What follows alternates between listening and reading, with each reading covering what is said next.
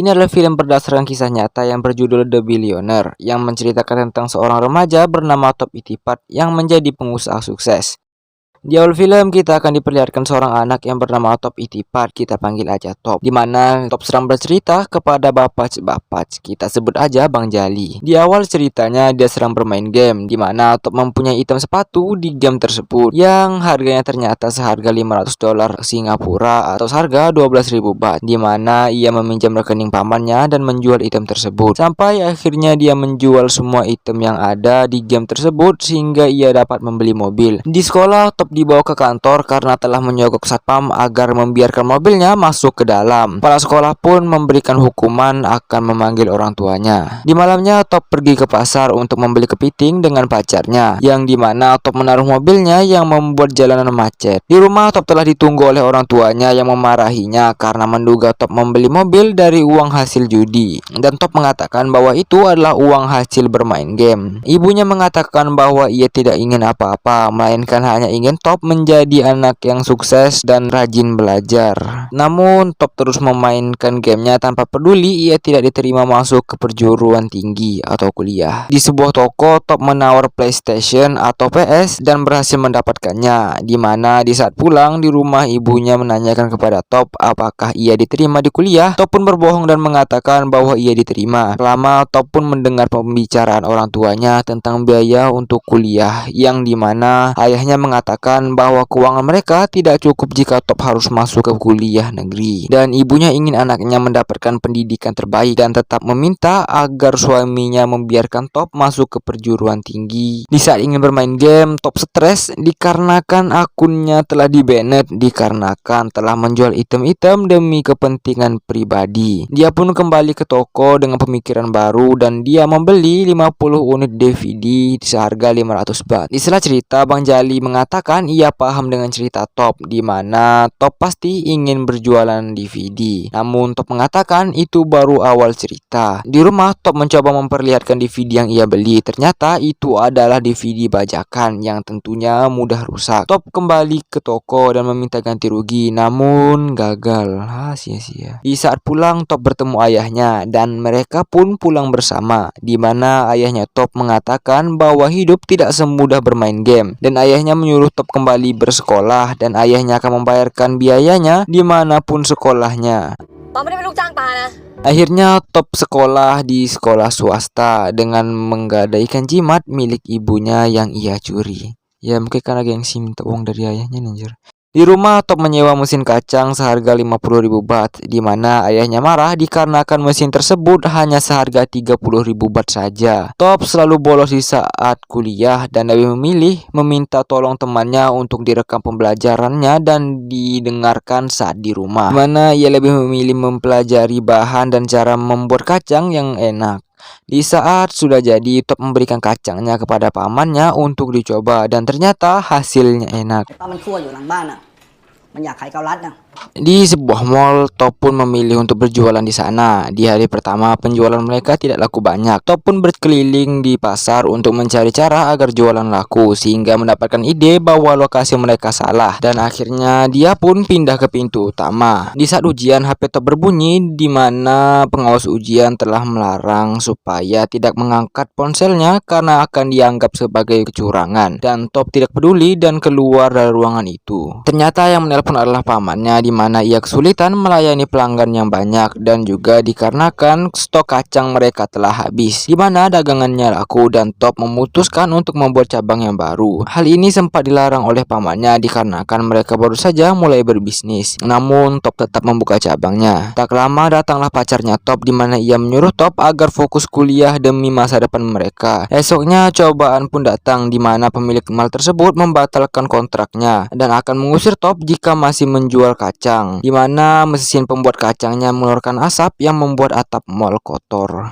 Di malamnya Top ditemani ibunya membersihkan atap mal yang kotor karena mesin kacang mereka, di mana sewaktu pulang ibunya Top mengatakan bahwa mereka akan pergi pindah ke Cina dan memulai kehidupan baru di sana, yang membuat Top kesal dikarenakan mereka tidak membicarakan hal ini terlebih dahulu. Di saat pembuatan paspor, Top keluar dan mengatakan kepada orang tuanya bahwa ia tidak bisa ikut dan akan terus berusaha di Thailand hingga usahanya berhasil dan dia berjanji akan mengembalikan orang tuanya kembali ke sini dan melunasi semua hutangnya, dan ayahnya menyetujui keinginan Top. Di rumah, Top melihat ke depan rumah mereka yang dimana di pagar rumah tertulis rumah mereka akan disita, yang membuat Top bingung. Di jalan, Top bertemu dengan pacarnya yang mendorong Top dan mengatakan kemana ia tidak menghubunginya selama ini, dan Top tanpa berkata apa-apa langsung memeluknya. Di dalam mobil, pacarnya Top menyuruh Top untuk kembali berkuliah dan Top pun mau. Di dalam mobil itu, Top mengemil keripik rumput laut yang dibawa oleh pacarnya, yang membuat Top seketika mempunyai tujuan kembali. Kembali ke cerita Bang Jali, di mana dia sudah mendengar omongan Top dan mengatakan agar dipersingkat sesingkat-singkatnya karena ia ingin makan siang. Dan Top menunjukkan luka di tangannya dan mengatakan sewaktu menggoreng rumput laut ia gagal berkali-kali, mulai dari cepat basi dan tidak enak, yang membuat ceritanya kembali dilanjutkan. Di mana Top memilih masuk ke kaset SAR University dan menemui wanita dan bercerita tentang kehidupannya, ya seperti yang diceritakannya kepada Bang Jali tadi ini, yang membuat wanita itu sedih dan menangis. Top diajarkan cara agar rumput lautnya tidak cepat basi, di mana kemasannya harus diawetkan agar tahan lama dan terhindar dari bakteri. Sesampainya di rumah, Top memulai membuat rumput laut goreng, di mana dia gagal berkali-kali dan rasanya masih saja pahit, di mana yang mencicipi dan menggorengnya adalah pamannya. Rumput lautnya pun habis dan terlihat Top dan pamannya mengeluarkan barang-barang seperti laptop, ya itulah, agar dijual supaya bisa membeli rumput laut. Pamannya mengatakan kepada Top bahwa Top harus menyusul ibunya dikarenakan dari awal ingin memulai Top selalu saja gagal, dan Top mengatakan bahwa itu semua bukanlah kegagalan tapi hanya percobaan untuk kesuksesan, dan Top percaya bahwa mereka nantinya akan sukses. Malamnya Top pulang dan mencari kemana pamannya, di mana setelah ditemui pamannya telah tergeletak dan pingsan dan dibawa ke rumah sakit. Di rumah Top mencoba menggoreng rumput laut yang dimana gagal berkali-kali, yang membuat rumput laut mereka habis dan hanya tersisa satu bungkus, dan Top menggorengnya dan berhasil membuat rumput laut yang enak. Top menjenguk pamannya dan memberikan rumput laut dan mengatakan mereka berhasil. Di saat penjualan, mereka berhasil menjual banyak rumput laut dan jualan mereka laris di hari tersebut. Top berinisiatif menghasilkan 1 juta baht dalam 1 tahun. Tak lama ibunya Top menelpon dan mengatakan selamat ulang tahun, di mana hari itu adalah hari ulang tahunnya Top. Dari telepon, ibunya mendoakan yang terbaik untuk Top dan semoga dagangannya lancar dan banyak yang membeli. Dan telepon diberikan kepada ayahnya Top, dan ayahnya Top berkata agar Top harus bekerja keras semester ini dikarenakan ayahnya sudah menyiapkan universitas untuk Top. Dan Top memutuskan pembicaraan dan menanyakan kepada ayahnya berapa hutang yang ayahnya miliki, dan ayahnya pun menjawab hutang yang mereka miliki adalah 40 juta baht atau setara 12 miliar rupiah. Di rumah, Top mendengarkan rekaman materi kuliah, di mana sewaktu mendengar baterainya habis dan Top memutuskan untuk membelinya di malam itu, di mana ia lagi-lagi mendapatkan ide dan mulai bersemangat kembali dan mendaftarkan diri ke 7-Eleven. Ya, jadi 7-Eleven ini Mimin jelasin lagi dikit. Ini 7-Eleven kayak sebuah organisasi atau sebuah tempat mengekspor atau tempat mengimpor barang-barang dari ini ke ini supaya menjadi ramai, ya kurang lebih begitu, supaya produknya terkenal di mana yang otomatis membuatnya untung besar. Di lobi, Top pun menunggu giliran, di mana ia menunggu dari pagi hingga siang demi bertemu dengan wanita bernama Nona Pu. Di mana sewaktu selesai rapat, Nona Pu bertemu dengan Top dan meminta Top agar meninggalkan produknya di sini saja. Nanti Nona Pu akan melihatnya. Namun Top tidak ingin dan meminta Nona Pu memberikannya waktu 10 menit untuk menjelaskan produknya. Di mana sewaktu menjelaskan ternyata Top salah, yang dimana produknya ditolak karena harganya yang agak mahal yang akan memberatkan pembeli dan memiliki pack atau bungkus yang tidak cocok. Sin pun beralih memperlihatkan pacarnya Top yang khawatir dengan Top, di mana Top mengatakan bahwa ia sengaja menghindar karena takut pacarnya kecewa, di mana mereka bertengkar yang membuat Top masuk ke dalam dan meninggalkan pacarnya di luar menangis.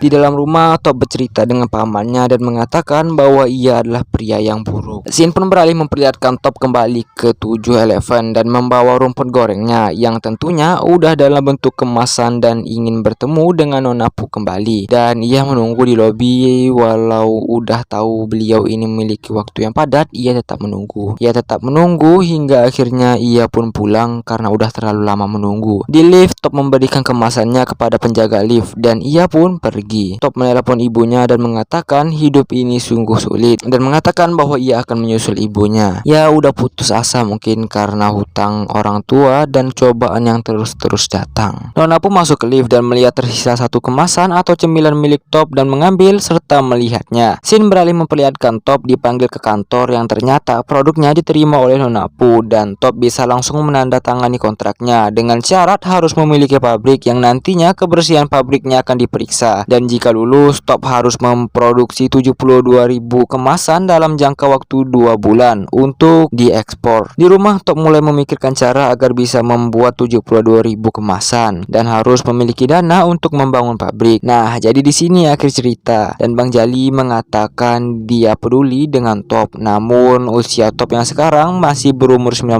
tahun, di mana umur segitu tidak bisa meminjam uang dikarenakan umurnya tidak mencukupi. Dan Bang Jali mengatakan agar Top mencari cara lain dikarenakan ia masih muda dan Top pasti bisa melalui ini semua. Top pun mengambil tindakan berat baginya di mana ia menjual mobilnya sendiri. Perlihatkan Top yang sudah memutuskan untuk menyewa sebuah tempat untuk dijadikan pabrik rumput laut gorengnya. Di pagi harinya ia dan pamannya mendekor ulang dan menjadikan tempat itu pabrik yang dinamai Tao Kae Noi. Ya itulah.